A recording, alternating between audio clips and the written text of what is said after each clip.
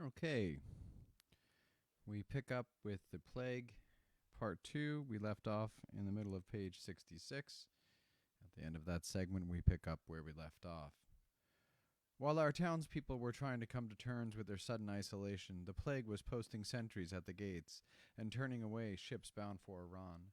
No vehicle had entered the town since the gates were closed. From that day onwards, one had the impression that all cars were moving in circles.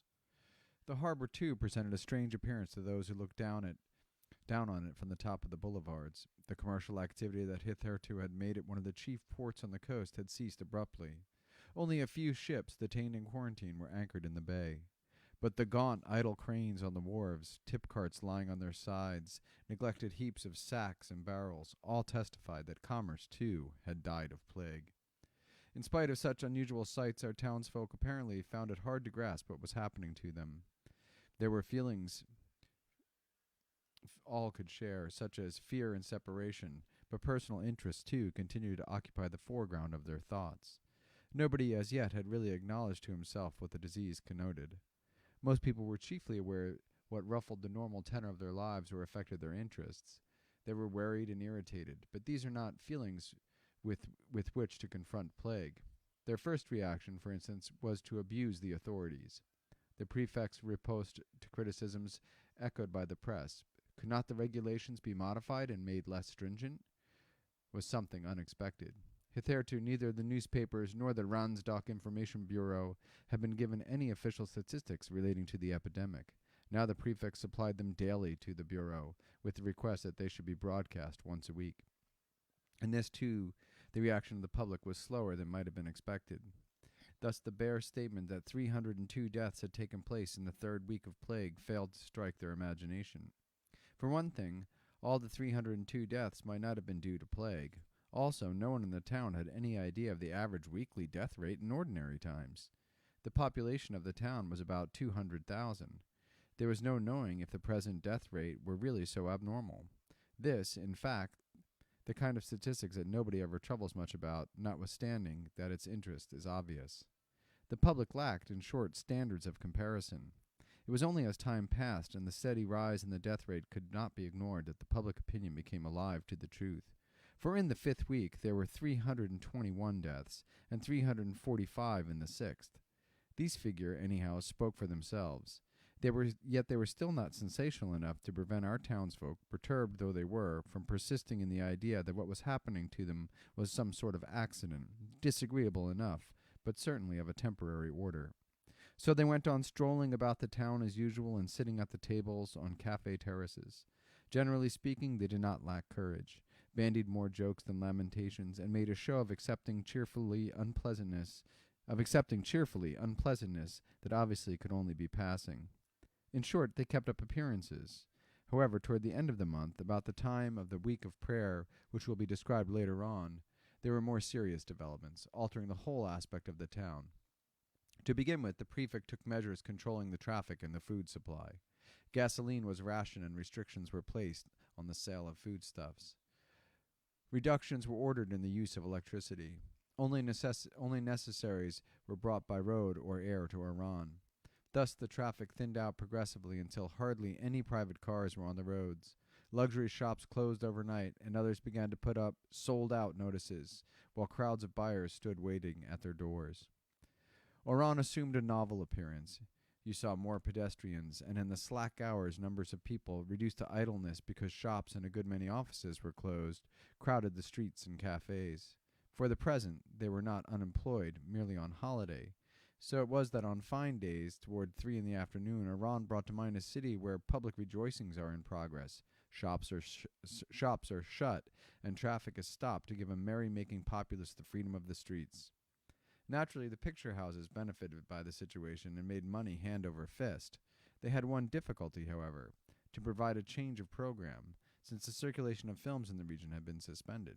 After a fortnight, the various cinemas were obliged to exchange films, and after a further lapse of time to show always the same program.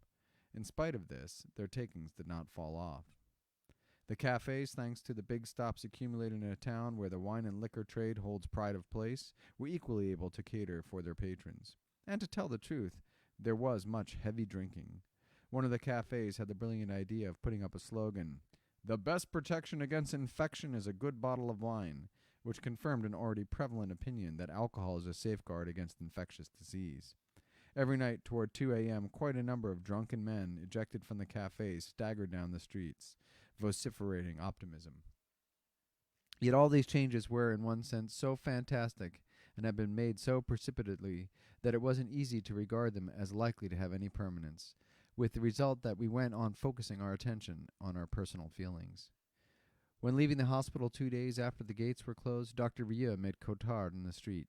The little man was beaming with satisfaction. Rieu congratulated him on his appearance. "Yes," Cottard said, "I'm feeling very fit.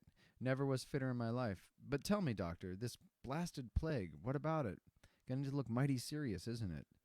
When the doctor nodded, he continued exuberantly, "And there's no reason for it to stop now. This town's going to be an unholy mess by the look of things." They walked a little way together. Cottard told the story of a grocer in his street who had laid by masses of canned provisions with the idea of selling them later at a big profit. When the ambulance men came to fetch him, he had several dozen cans of meat under his bed. He died in the hospital. There's no money in the plague, that's for sure. Cottard was a mine of stories of this kind, true or false, about the epidemic. One of them was about a man with all the symptoms and running a high fever who dashed out into the street, flung himself on the first woman he met, embraced her, yelling that he'd got it. "Good for him," was Cottard's comment, but his next remark seemed to belie his gleeful exclamation. "Anyhow, we'll all be nuts before long, unless I'm much mistaken." It was on the afternoon of the same day that Grand at last unburdened himself to Rieu.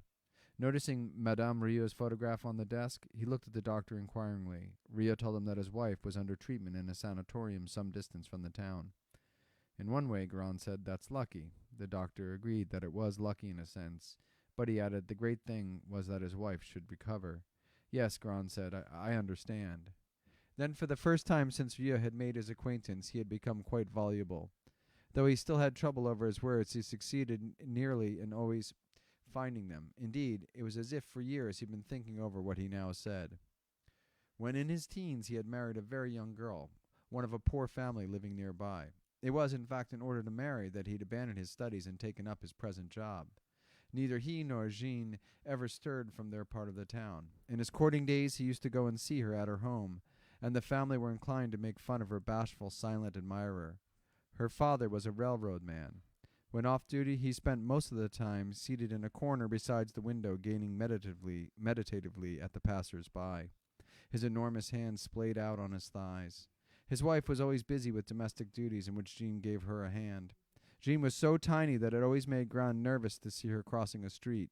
The vehicles bearing down on her looked so gigantic. Then one day, shortly before Christmas, they went out for a short walk together and stopped to admire a gaily decorated shop window. After gazing ecstatically at it for some moments, Jean turned to him. "Oh, isn't it lovely?" He squeezed her wrist. It was thus that the marriage had come about. The rest of the story, to Grand's thinking, was very simple. The common lot of married couples. You get married, you go on loving a bit longer, you work. And you work so hard that it makes you forget to love. As the head of the office where Grand was employed hadn't kept his promise, Jean, too, had to work outside. At this point, a little imagination was needed to grasp what Grand was trying to convey. Owing largely to fatigue, he gradually lost grip of himself, had less and less to say, and failed to keep alive the feeling in his wife that she was loved. An overworked husband, poverty, the gradual loss of hope in a better future, silent evenings at home. What chance had any passion of surviving such conditions? Probably Jean had suffered, and yet she stayed. Of course, one may often suffer a long time without knowing it. Thus years went by. Then, one day, she left him. Naturally, she hadn't gone alone. "I was very fond of you, but now I'm so tired. I'm not happy to go, but one needn't be happy to make another start," she said. That, more or less, was what she'd said in her letter. Grand, too, had suffered, and he, too, might, as Rieu pointed out, have made a fresh start. But no, he had lost faith, only he couldn't stop thinking about her. What he'd liked to do was to write her a letter justifying himself. "But it's not easy," he told Rieu. "I've been thinking it over for years. While we loved each other, we didn't need words to make ourselves understood. But people don't love forever. A time came when I should have found the words to keep her with me, only I couldn't." Grand produced from his pocket something that looked like a check duster and blew his nose noisily. Then he wiped his mustache. Rio gazed at him in silence. "Forgive me, Dr. Grand," added hastily, "but how shall I put it? I feel you're to be trusted. That's why I can talk to you about these things. And then, you see, I get all worked up." Obviously, Grand's thoughts were leagues away from the plague. That evening, Rio sent a telegram to his wife, telling her that the town was closed and that she must go on taking great care of herself, and that she was in his thoughts. One evening when he was leaving the hospital, it was about 3 weeks after the closing of the gates, Rio found a young man waiting for him in the street. "You remember me, don't you?" Rio believed he did, but couldn't quite place him. "I called on you just before this trouble started," the young man said, "for information about the living conditions in the Arab quarter. My name is Raymond Rambert." "Ah, yes, of course. Well, you've now the makings of a good story for your paper." Rambert, who gave the impression of being much less self-assured than he had seemed on the first occasion when they met, said it wasn't that he'd come about. He wanted to know if the doctor would kindly give him some help. "I must apologize," he continued, "but I really don't know a soul here, and the local representative of my paper is a complete dud." Ria said he had to go to a dispensary in the center of the town, suggested they should walk there together. Their way lay through the narrow streets of the Negro district. Evening was coming on, but the town, once so noisy at this hour, was strangely still. The only sounds were some bugle calls echoing through the air, still golden with the end of daylight. The army, anyhow, was making a show of carrying on as usual. Meanwhile, as they walked down the steep little streets flanked by blue, mauve, and saffron yellow walls, Rambert talked incessantly, as if his nerves were out of hand. He had left his wife in Paris, he said. Well, she wasn't actually his wife, but it came to the same thing. The moment when the town was put into quarantine, he had sent her a wire. His impression then was that this state of things was quite temporary, and all he tried to do was to get a letter through to her. But the post office officials had vetoed this. His colleagues of the local press said they could do nothing for him, and a clerk in the prefect's office had laughed in his face. It was only after waiting in line for a couple of hours that he managed to get a telegram accepted. "All goes well. Hope to see you soon." But the next morning, when he woke up, it had dawned on him that, after all, there was absolutely no knowing how long this business was going to last, so he decided to leave the town at once. Being able, thanks to his professional status, to pull some strings, he had secured an interview with a high official in the prefect's office. He had explained that his presence in Iran was purely accidental, he had no connections with the town and no reasons for staying in it. That being so, he surely was entitled to leave, even if, once outside of town, he had to undergo a spell of quarantine. The official told him he quite appreciated his position, but no exceptions could be made. He would, however, see if anything could be done, though he could hold out little hope of a quick decision, as the authorities were taking very serious view of the situation. "But confound it," Rambert exclaimed, "I don't belong here." "Quite so. Anyhow, let's hope the epidemic will soon be over." Finally, he tried to console Rambert by pointing out that, as a journalist, he had an excellent subject to his hand in Oran. Indeed, when one came to think about it, no event, however disagreeable in some ways, but it had its bright side.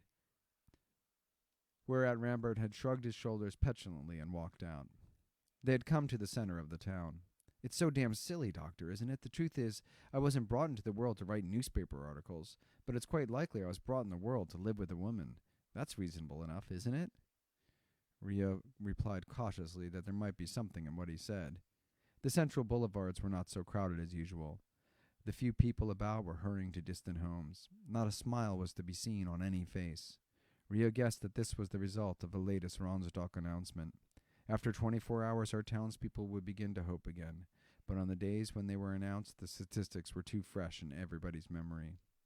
"The truth," Rambert remarked abruptly, "is that she and I have been together only a short time, and we suit each other perfectly."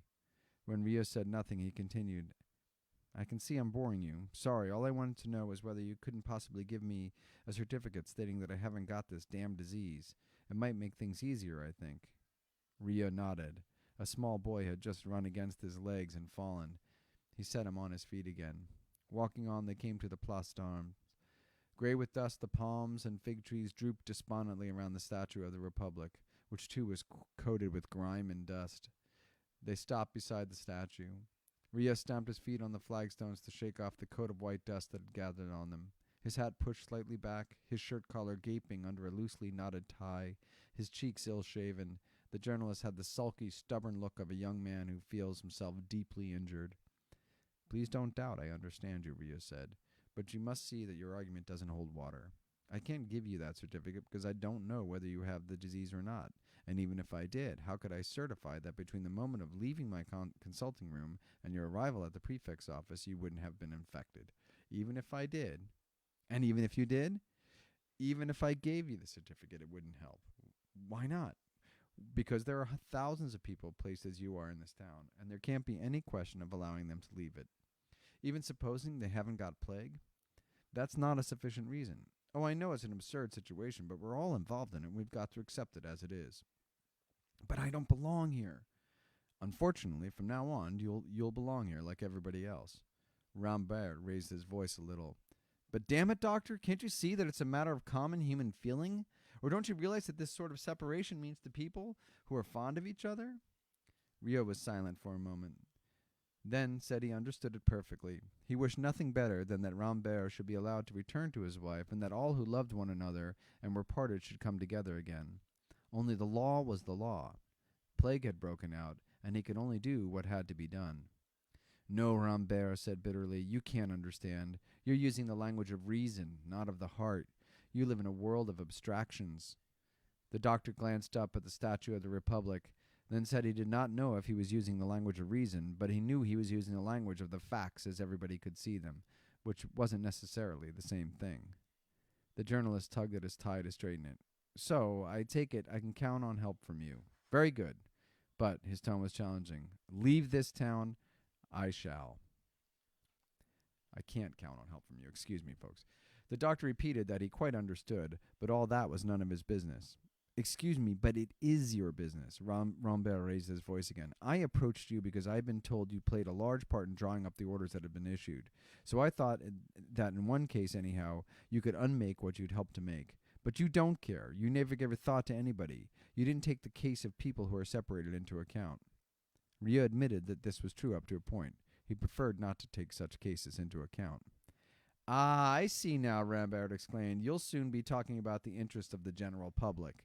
But the public welfare is merely the sum total of the private welfares of each of us. The doctor seemed abruptly to come out of a dream. Oh, come, he said. There's that, but there's much more to it than that. It doesn't do to rush to conclusions, you know. But you've no reason to feel angered. I assure you that if you find a way out of your quandary, I shall be extremely pleased. Only there are things that my official position debars me from doing. Rambert tossed his head petulantly. Yes, I was wrong to show annoyance, and I've taken up too much of your time already. Ria asked him to let him know how he got on with his project, and not to bear him a grudge for not having been more amenable. He was sure, he added, that there was some common ground on which they could meet. Rambert looked perplexed. Then, yes, he said after a short silence, I rather think so, too, in spite of myself, and of all of you've just been saying. He paused. Still, I can't agree with you. Pulling down his hat over his eyes, he walked quickly away. Rieux saw him enter the hotel where Tarrou was staying. After a moment, the doctor gave a slight nod, as if approving of some thought that had just crossed his mind. Yes, the journal was right in refusing to be balked of happiness. But was he right in reproaching him? Rieux? With living in a world of abstractions? Could that term abstraction really apply to these days he spent in his hospital while the plague was battening on the town, raising its death toll to 500 victims a week? Yes, an element of abstraction, of a divorce from reality, entered into such calamities. Still, when abstraction sets itself to killing you, you've got to get busy with it. And so much Rio knew that this wasn't the easiest course. Running this auxiliary hospital, for instance, of which he was in charge, there were now 3 such hospitals, was no light task. He had had an anteroom leading into his surgery installed, equipped for dealing with patients on arrival. The floor had been excavated and replaced by a shallow lake of water and cressylic acid, in the center of which was a sort of island made of bricks. The patient was carried to the island, rapidly undressed, and his clothes dropped in the disinfectant water. After being washed, dried, and dressed in the course of hospital nightshirts, he was taken to Rieux for examination, then carried to one of the wards. This hospital, a requisitioned schoolhouse, now contained 500 beds, almost all of which were occupied. After the reception of the patient, which he personally supervised, Rieux injected serum, lanced buboes, checked the statistics again, and returned for his afternoon consultations. Only when night was setting in did he start on his round of visits, and he never got home till the very late hour. On the previous night, his mother, when handing him a telegram from his wife, had remarked that his hands were shaking. "Yes," he said, "but it's only a matter of sticking to it, and my nerves will steady down. You'll see." He had a robust constitution, and as yet wasn't really tired. Still, his visits, for one thing, were beginning to put a great strain on his endurance. Once the epidemic was diagnosed, the patient had to be evacuated forthwith.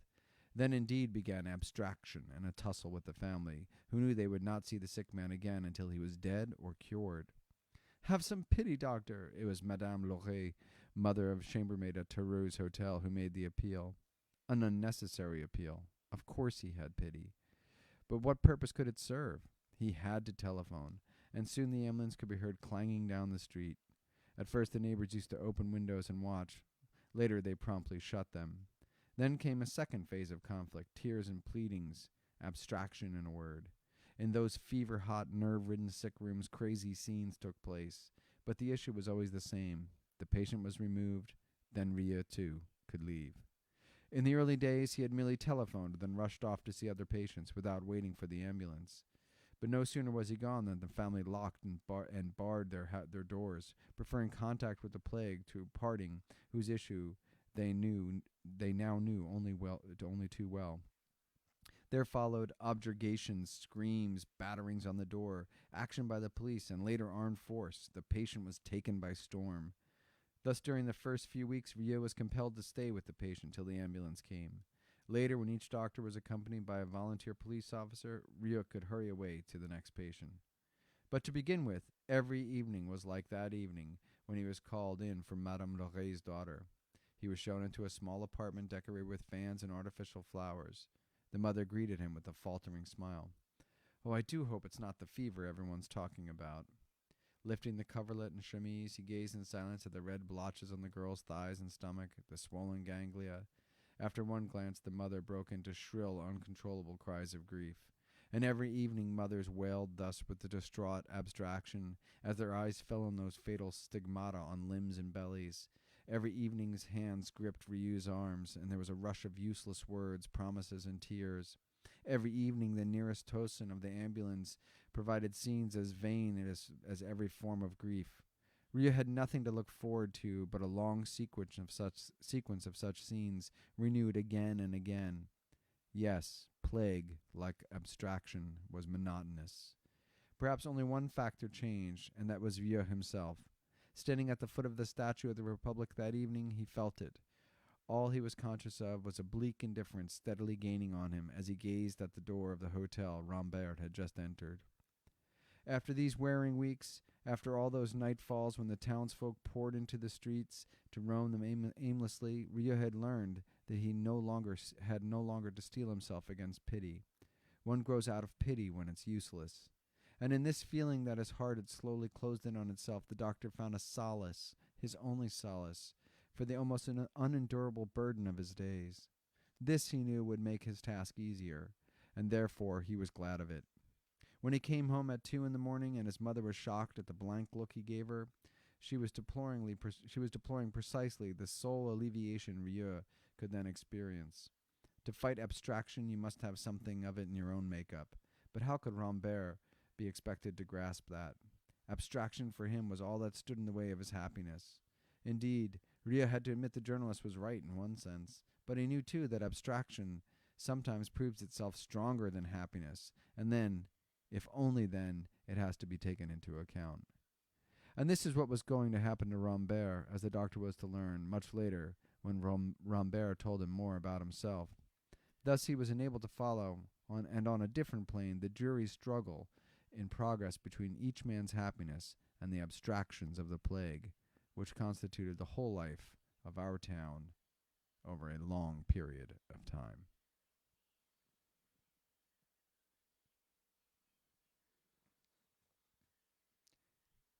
Thank you.